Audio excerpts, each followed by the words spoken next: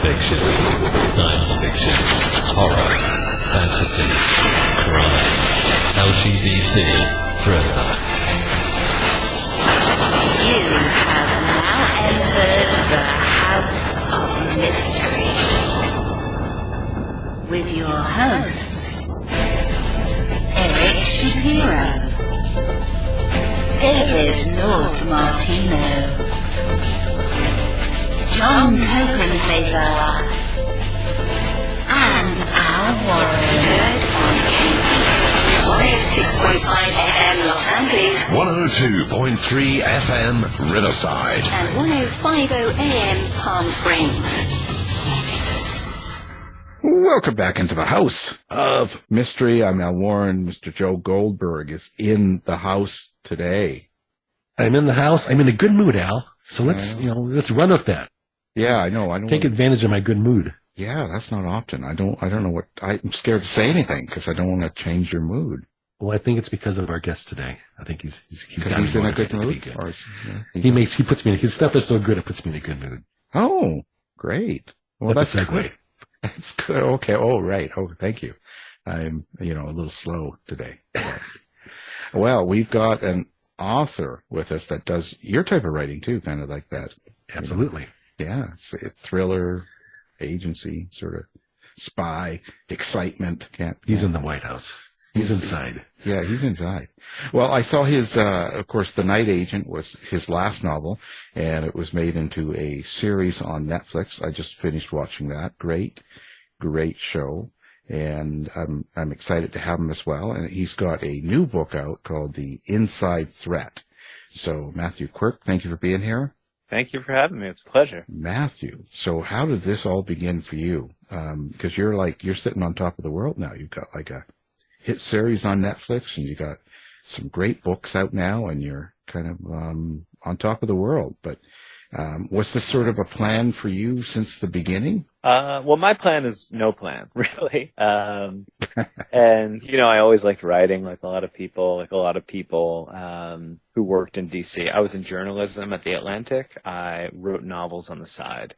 And it had always been a dream to be able to just have them see the light of day, and being able to make a living at it, knock wood, is, a dream come true. And I wrote books on the side when I was at the magazine. I was very young there. And then it all sort of started getting serious because I gave a copy of something I'd been working on to a friend who worked at Harper's to give to someone I thought was like a young literary agent, a sort of not very intimidating way to see if I was any good. And then I got laid off.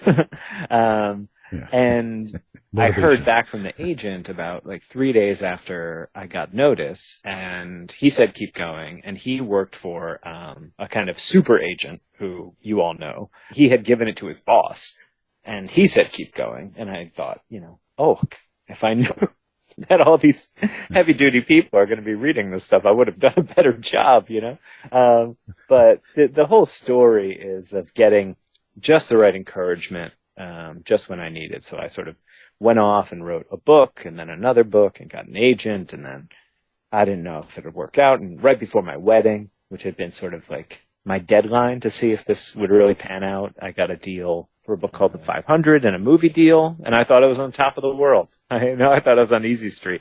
But then, as you folks know, because you talk to so many authors and you write yourself, like, you just have to put the books out year after year and keep your head down working. So, I had a little brush with Hollywood back then in around 2011, 2012, and I've just been kind of grinding away. And then this Night Agent success really came out of the blue and has been just a wonderful thing to see. Yeah, that's kind of the best when it happens that way, because it's kind of not planned, and I think you learn a lot that way. When surprises have happened to me with TV or network, I'm thrilled with it, and I seem to learn a lot, so it's a good thing. But you can't get carried away with it. You're right. You got to keep your head down and still keep doing your work. You don't want to have you don't want to be taken away from all the noise. Yeah, and the best path to success in novel writing, commercial fiction, whatever you want to call it, seems to be to just slowly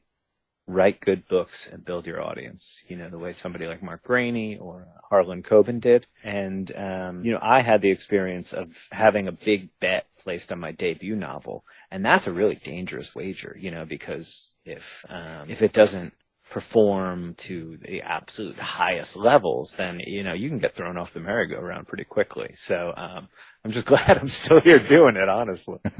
Hey, Matthew, you have stated in the past that you kind of visualize as you write, like think through what you're doing and just use the computer as sort of the means by sort of taking dictation for what you've already thought of. What was it like to see your words up on screen? I know the screen's different than the book, but what's it like seeing your characters come alive like that? Oh, well, it's one of the biggest thrills of my life, because I love TV and movies. I grew up on, movies like Die Hard, 80s action stuff, because, they used to make political thriller films there. And then I went back and I really devoured everything in the 60s and 70s in the paranoid genre. So I'm just like a movie nerd. And, you write the book, and then the showrunner, Sean Ryan, was gracious enough to send me the pilot. So seeing it in the pilot form was a thrill, because I just see that the scene that I had imagined, in my little room where I write, was going to be acted out and performed by these incredible individuals. And then when I actually got to watch the show, I was elated because, you see it bodied forth in the world, and it's such a thrill. And that was so incredibly cool to me. And I mean, I would have been happy to just see a TV show, and the fact that they made a great TV show, and then further that it had this great response around the world, I still think maybe I'm hallucinating all this, like a wish fulfillment thing. But I'm really just counting my blessings. Yeah, none of it. We're not real. We're all in yeah, our I'm still living under a bridge in DC, and I imagined everything since. That's one of my jokes. Yeah, none of this is real. You don't even have a computer, okay? So, when The Night Agent comes out and stuff like that, I know talking to Ann Cleeves a while back, she was talking about her series and sometimes the lead characters, the people playing the main parts. Sometimes the actors take them in places that you necessarily, like you didn't intend on, perhaps. You know what I'm saying? Like there's changes that an actor will bring or an actress will bring to your characters. Did you notice that in The Night Agent, or was it bothersome to you, or did you like how they did that? Well, the real significant changes came from the writer, and I was prepared for it. I think authors tend to be protective, so there's always a little bit of shirtiness, when somebody changes your stuff. Right. But on the whole, I was just really pleased. Although there were really significant changes, but Sean sent me an email with the pilot and said, I wanted to make sure I did right by your story, and was just really, really kind to me. I was really surprised and blown away by how kind he was to sort of a first-time adaptation author, especially because he has such an incredible career. But I knew from the beginning, and that's sort of the reason the show picked up steam so quickly, that he had a story he'd wanted to tell.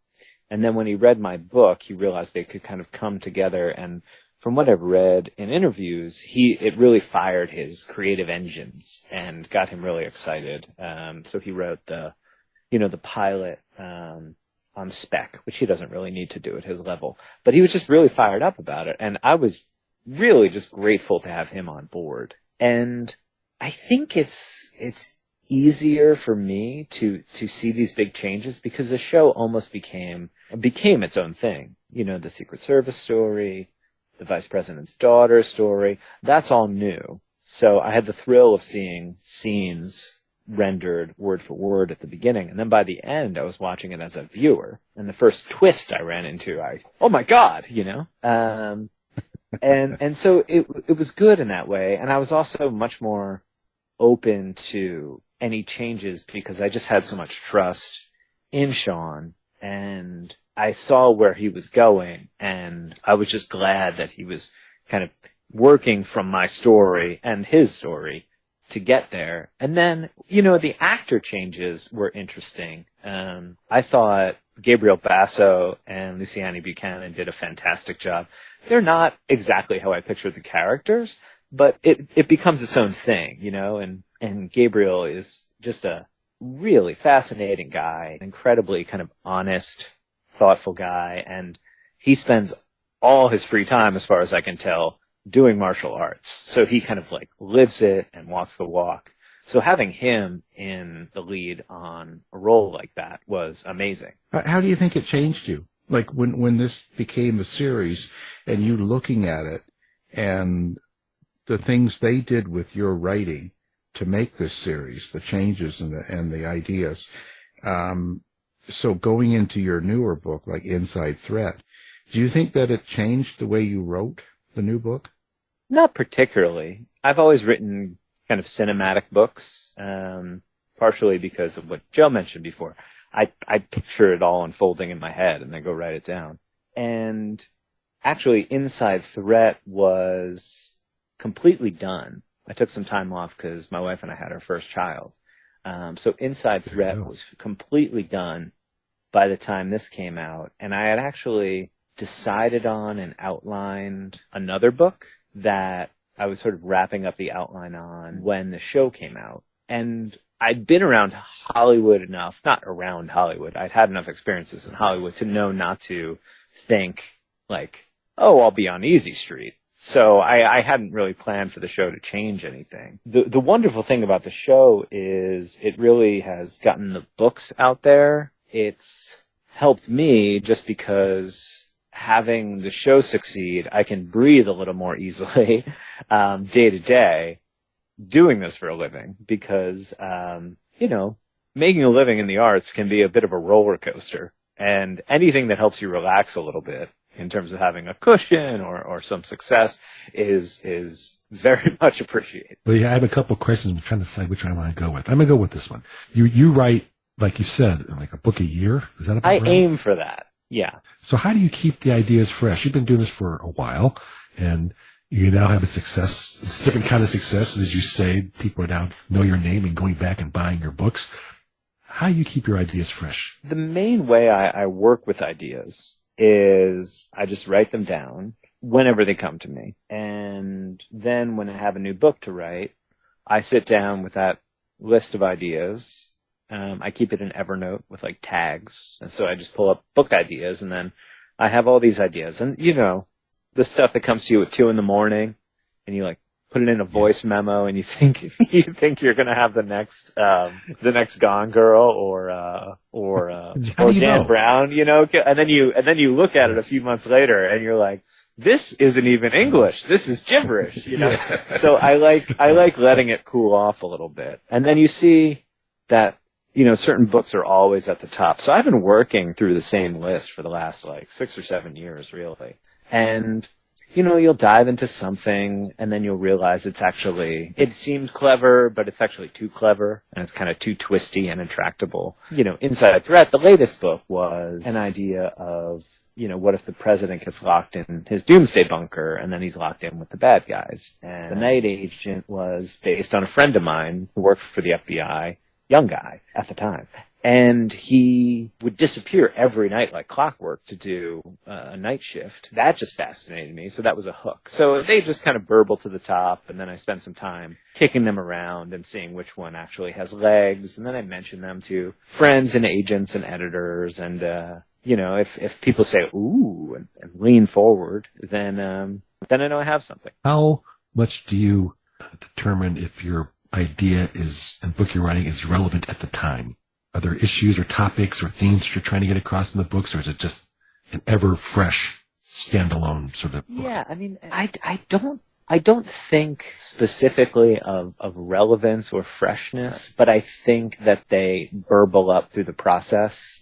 For instance, Inside Threat has a lot of questions about information and, threats to the government and within the government. And so it's all stuff I think about day to day because I was a former journalist and I'm a bit of a politics junkie.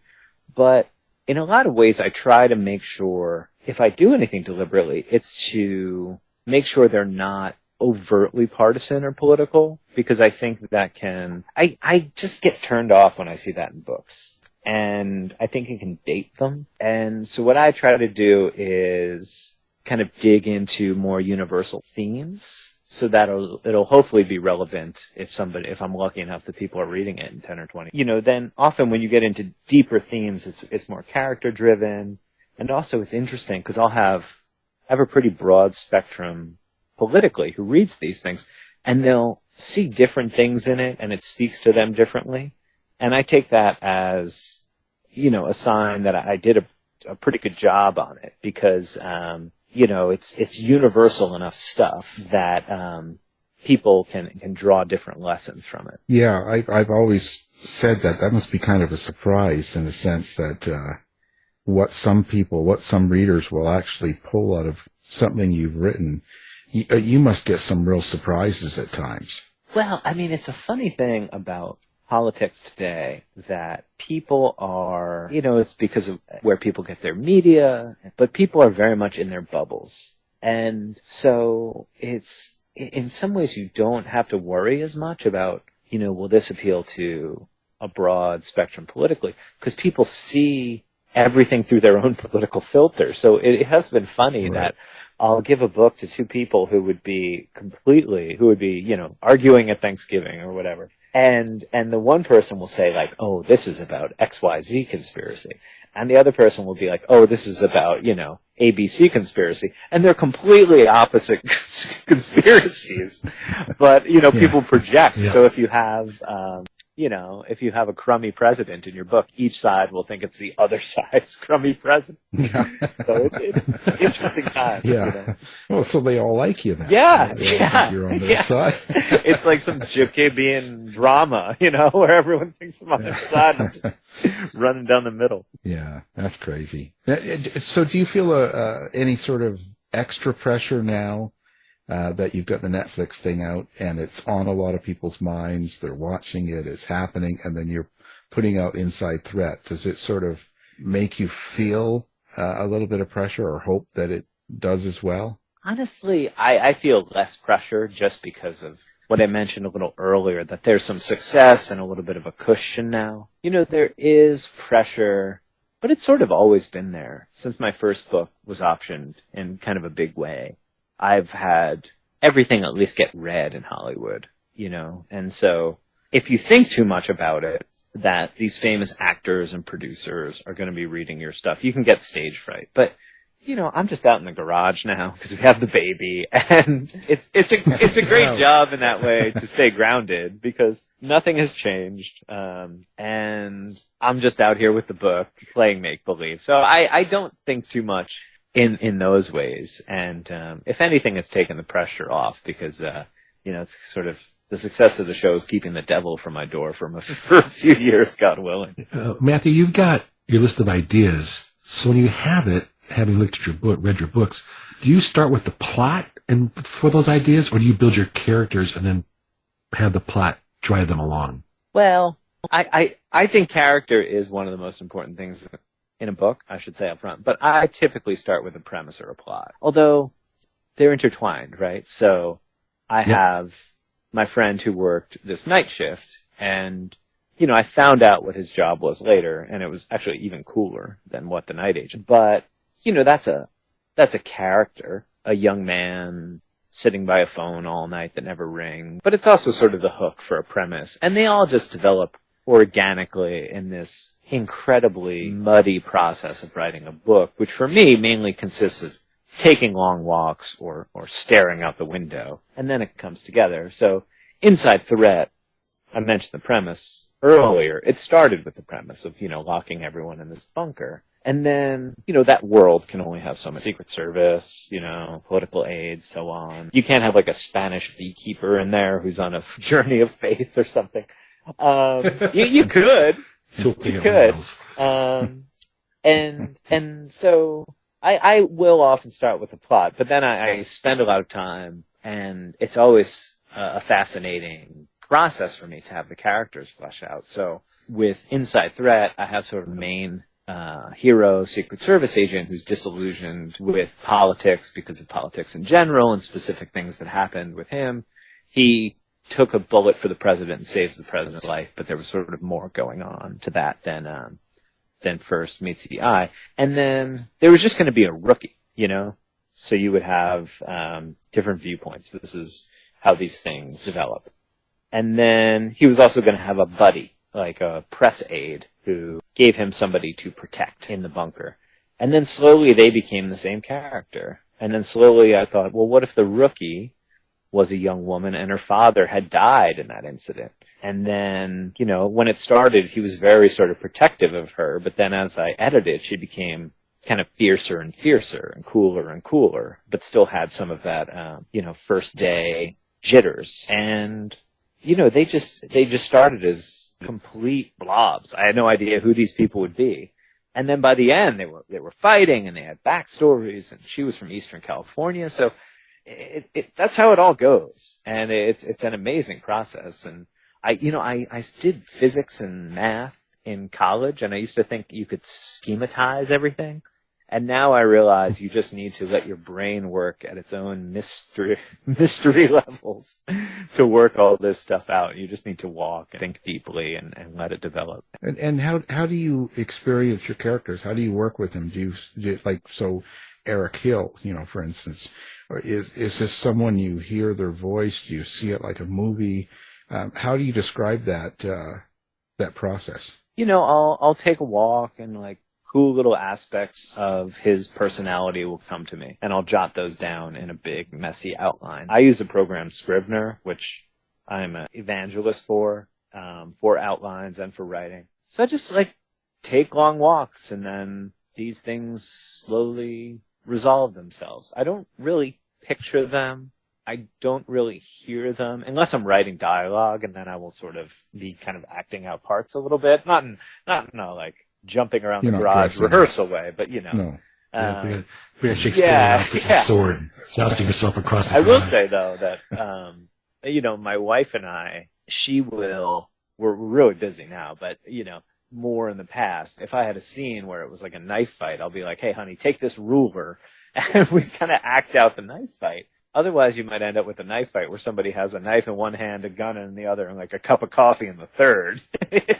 It's an interesting process. Do you have any problems writing the bad people? Oh no, I love writing the bad. You lock into this kind of like pretending you're a villain. I find it exciting. You know, they said that about, I forget who said that about Milton, you know, when he was writing The Devil, that he was secretly in the devil's party. And because they give the danger and the fear, it's the engine of these thrillers. So I like writing them because whenever they're around or stalking someone, looming, it really fires the engines of the book. Matthew, you've written a lot of thrillers. Is the Great American Novel inside you, the next To Kill a Mockingbird? No. No. Oh, come on. You got the chops. And thank God. Because so my first real writing bug was like high school, end of high school, beginning of college. And then I signed up for a creative writing class. It was competitive. And I was such a little egomaniac back then. I thought, I'm just going to go straight into the workshop. And they let me in, which was crazy. You know, it was a legit workshop. I was at Harvard undergrad. And the woman was a very well-established literary writer. And I didn't have that kind of depth, or I wasn't that interested in sort of like, you can do anything with literary, but it often defaults to kind of closely observed psychological, domestic stuff. And I wasn't good at it at all. And I think I got like a B- or something, which is like, it's a crummy grade at Harvard. And then I was fortunate enough, you know, at the same time I was trying to write stuff that had all this plot, because really at the end of the day, I'm kind of a plot and genre guy. And then everything worked out wonderfully because I got a job at the Atlantic. I was in DC. It was the run-up to the Iraq War, so there was a lot of intrigue. The owner of the magazine had a really small staff in D.C. at the time, so he would invite us to his house for like a salon, like an old-school Georgetown salon, and I'd be talking to, a former CIA director, well, they would be talking. I was just trying to make sure I used the right form and didn't get too drunk. And they were talking about whether the U.S. should become an imperial power and all this heady stuff, and my friends were doing foreign correspondent kind of stuff, and you'd go to their house for beers and listen to records, and there would be like spies there, you know, from foreign agents. So all of that fired up my imagination and brought me back to thrillers, which I had been reading since I was like 12, if not earlier, Grisham and Crichton and King. So it worked out, and I realized that literary stuff, I like to read it, but it's not my strength. And I'm just so glad I found the kind of stories that I like to write, and that it seems to be working out. So what do you hope someone gets out of the book? Someone picks up one of your books, like Inside Threat, they read it, there's the excitement, the adventure, the story, all that. Is there something else you want people to take away from your book? The main thing is really for them to have a good read, and a good adventure, and to be gripped. And, I remember the first times I got sucked into novels, and it was just the most magical thing on earth. And I used to be 10, 11 years old, and I'd have like a Crichton or a King book, and I would read like 300 pages at a time, and it'd be 4 a.m, and I would have to get up for school. And I just love that. And then it's nice, and I tend to naturally put this stuff in because maybe because I was exposed to it so much in journalism, or because I'm thinking about it all the time. But I also like to have elements in there that are real and interesting aspects, either tradecraft from different national security jobs, or this kind of gee whiz did you know stuff. Like Raven Rock and Inside Threat is a real place, and it's fascinating. And I was able to sort of describe the bizarre ways they build these bunkers and underground cities, really, so that they're nuclear proof. So it's nice for me when I read a book, and hopefully when somebody reads one of my books, to come away thinking like, oh, I actually learned some stuff there. And then finally, it's nice if these themes come across. This kind of more universal stuff, and the deeper themes of, like, in Inside Threat, it's, doing the right thing versus your kind of sworn duty to the Constitution, or might be, protecting your fellow agents. What if that's pitted against your duty to protect the principal, family and loyalty and duty and all that stuff? So hopefully there's a little bit of substance there that gets people thinking in ways that are relevant to what's happening in the world. Well, you've been a writer since the beginning. You went to school for it, but a lot of people are not. What's your advice? I know it's an obvious question, and sometimes the answers are obvious, but every author has a slightly different twist on what do people do to be the writer? Oh, I mean, I love that question, and the answers are never obvious. And I was just a young guy who was trying to figure it out myself, and I've made every possible mistake. So, I mean, first you have to read a lot so you can sort of internalize the genre. And then for me, my sort of nuts and bolts writing advice, you all alluded to it a bit earlier, but it's to get away from the computer, to think deeply about what you're working on, to let your brain sort of order it and work out the problem, instead of just kind of moving the cursor around, typing and endlessly revising the same words at the beginning over and over. Because there's so much perfectionism and kind of stage fright that goes into writing, for me at least at the beginning. My other piece of advice is I'm an outliner, so I think you should use that process to figure out most of your story before you dive in. And then finally, I recommend people write the super rough first draft, which sometimes has a little bit of a saltier name in writing advice circles. But it's, once you know your story, just get it down. And get it down in a really rough way. And I will do things like I'll use kind of fill in the blanks so I'm not procrastinating by looking up the perfect kind of gun or piece of tech to use in a scene. And I just get a super rough draft down. And then you can return to it. You can relax a little bit. And you can look over the whole story. And then you're revising. You're no longer in that scary something from nothing phase. Have you ever found yourself writing a story and getting part way through or a quarter of the way through, and it's just not working for you, and you just never use it? I will typically, hopefully, do that in the ideation phase, because I can get pretty far along just walking or staring into blankness. And I had an idea for a book, which I thought was so great, and maybe I'll rework it.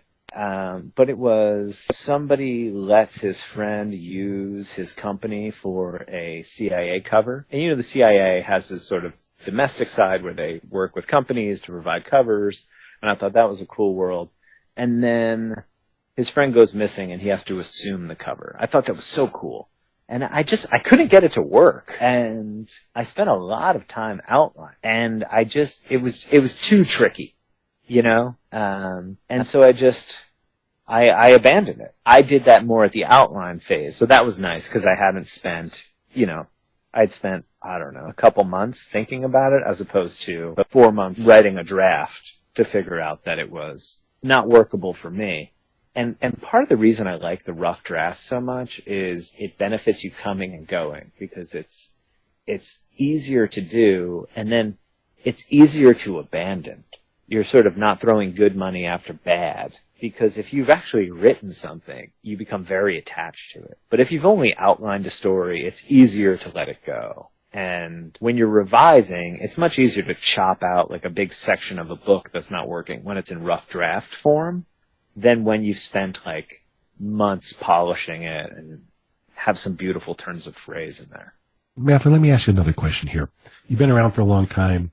The question is, is your idea or feeling about the state of the current book industry? There's mergers, non-mergers, there's AI, there's self-publishing. Where's the industry going? I don't really have a good sense of that. There are authors who have the landscape and are savvy and are kind of pioneering new ways to promote and new ways to distribute. And I just kind of put my head down and write the books. And I like publishing because you have an agent who is just a professional, smart business person who knows everybody. Because I go through these kind of extroverted and introverted phases. And when I'm writing or when I'm not writing. And my agent, he knows everyone in New York, Dan Conaway, he's a wonderful guy. And so I don't have to be like in New York, having lunch every day, having drinks. I can just do that when I want to, and it's fun. And then most of the time I can just put my head down and do the work. Yeah, for me, writing has always been this kind of obsessive thing. So it's amazing that as a job, a lot of it, or for big stretches of the year, you're able to just absolutely burrow in one deep task, which is so rare in people's lives and work today. So I don't really know where things are going. I'm just kind of writing my book and hoping it all works out. Totally legitimate. Totally a way to go. So who do you read? I was just going to say, who do you read? Like, besides, of course, Joe's books. Yes. Well, I'll get to that in a second. Yeah. I think Dan Conaway rejected me once. I have to check my agent list, but I'm pretty sure he rejected me. Oh, well, he's got so many clients. He's a tough guy to get in with. Yeah. That's what he said. I remember his letter. It was very nice. I wouldn't read anything into that. Yeah. So I read, Daniel Silva, Mark Graney, Greg Hurwitz, Michael Connolly. I'm going to get into trouble because there's so many good guys working in the genre now. Robert Crace is phenomenal. And, and the cool thing now is I have people sending me stuff. So I have Ryan's new book. But now that I have that I have the Lethal Range, and I started it, it's terrific. But now that I have she's 17 months now, my reading time is pretty hard to come by. And if my wife comes out and I'm sitting in the easy chair with my feet up with a book, she's like, "I'm sure there's something you could be doing to keep the chaos at bay." You've been there. So now, are you a social media guy? Do you have all that set up? Do you like to find readers on there and talk to them, or do you have like a website? How do people find Matthew? I have a website, MatthewQuirk.com. I have a newsletter, which is this wonderful way to connect with people, honestly, because I do a giveaway anytime I have a book out. I have one going now, actually. I just went to Columbus, which had its first book festival, and I met all these people. I put up my little mailing list sign up, and then I sent it out, and a bunch of them wrote back, and they're like, new buddies and stuff. And so the newsletter is just a nice way to connect with everyone. And then I do Twitter. I'm M. Quirk. I do Instagram. I'm Matthew Quirk Author, and I do Facebook. I'm also Matthew Quirk Author there. And I keep people up to date on the books. I'm not doing a lot of kind of like videoing my adventures and stuff like that. I usually just don't have like the wherewithal or the time. Occasionally, I'll put some cool pics from like a Japan ski trip or something on there. And yeah, that's another nice thing, because it's just, as a job, it's so solitary. And then once a year you go out and get to see people. And the social media is really nice because you get to, connect with people around the world who are reading the books. And, it warms my heart every time somebody reads one of these things and reaches out and enjoys it. Well, of course, we're going to have everything up on the website as well, so people can find you and find your info and things. How was you must have been writing this over the pandemic, and how was that for you? The funny thing about the pandemic was, and I'll touch on a point Joe made earlier, which is, sometimes you think you'll have to abandon a book a quarter of the way through. Sometimes you hand in a book, and then it turns out it's no good. So I had that happen, like, right before the pandemic. So the year before that, I was in an absolute sprint to completely rewrite a book in 3 months, and my nerves got fried, and I was like so stressed out. And then I had to kind of climb my way back out of deadlines and all this. And it was really funny because then the pandemic happened, and not to belittle it, I know, it affected so many people so significantly. But for me, I was like, hey, I'm just glad, I'm sorry the world is ending, but I'm just glad I got through that deadline crisis from last year. And yeah. It's all about you. Yeah, I know. It sounds like, but just like at a personal level, I was doing better because I gotten out from behind the 8 ball. It was weird, but, I was very, fortunately my wife and I were both working from home, and we were able to sort of stay safe, and, we were able to keep our jobs, which we're grateful for. And, I just kept cranking out the books. Yeah. Yeah, I just wonder if do you think it seeps into your writing, like the darkness, like when there's a lot of weird stuff going on, like you were talking about, the politics and how things are, pretty heavy at times and different things going on, and you got the pandemic and all the kind of hysteria and stuff like that. Do you think it'll get into your writing? Well, a little bit. Like, there's no specific allusions to specific political points or conspiracies in Inside Threat, but just the general tenor of politics these days, where it's at a high boil, and things that were inconceivable to me in 2000s when I was kind of in DC writing about politics are now happening. That definitely shows up in the books. Like, writing a book about a coup, or an attempted coup seems, that would have seemed far-fetched in 2005. But now it seems like, it's kind of in the air. And then other things, like when I was writing The Night Agent, which has the idea of Russian interference in politics, and it zigs and zags, so it doesn't really map onto any particular political persuasion. But I was writing that, and the idea that, the Russians might have, like, secretly had a candidate in their pocket or something seemed far-fetched. And then that became a huge debate about Trump.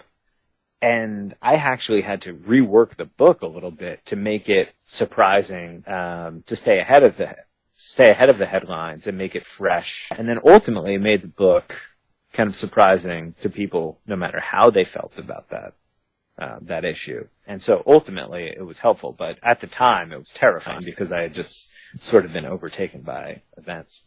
So our guest is the writer of that, Matthew Quirk. Thank you for being here. Thank you for having me. It was a real pleasure.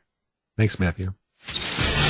You've been listening to the House of Mystery radio show. To find out more about our guests, hosts, or shows, go to www.houseofmystery.com. Show's over for now. Was it as good for you as it was for me? Yeah. Good night. This has been a production of Something Weird Media. I'll be back.